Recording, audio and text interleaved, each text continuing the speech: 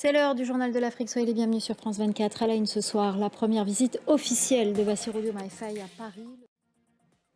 Ce n'est pas sa première fois à Paris depuis son élection, mais c'est sa première visite officielle. Bassirou Diomaye Faye, le président sénégalais, est arrivé en France ce mercredi.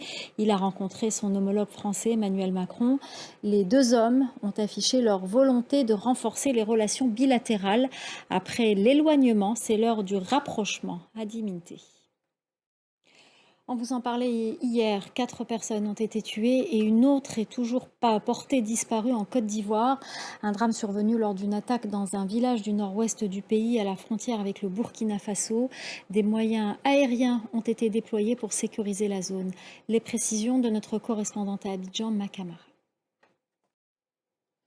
En bref, et toujours en Côte d'Ivoire, 60 candidatures à la présidentielle, dont celle des opposants inéligibles Laurent Gbagbo et Tidjane Thiam, ont été déposées devant la commission électorale indépendante mardi.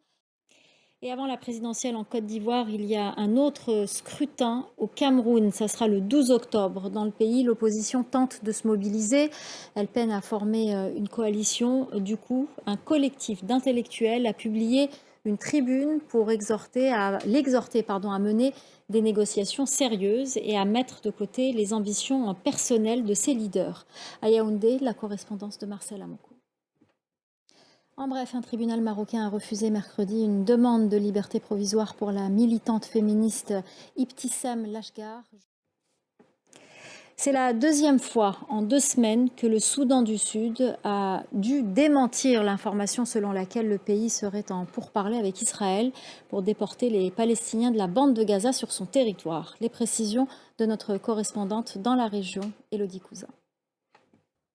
Et avant de se quitter, on parle football. L'affiche de la finale du CHAN est désormais connue. Le Maroc, grand favori du tournoi, va affronter Madagascar. Voilà, c'est la fin du journal de l'Afrique. Merci aux équipes en régie. Merci à notre chef d'édition Célia Caracena. Merci à nos correspondants et merci à vous pour votre fidélité. Restez avec nous, l'info continue sur France 24.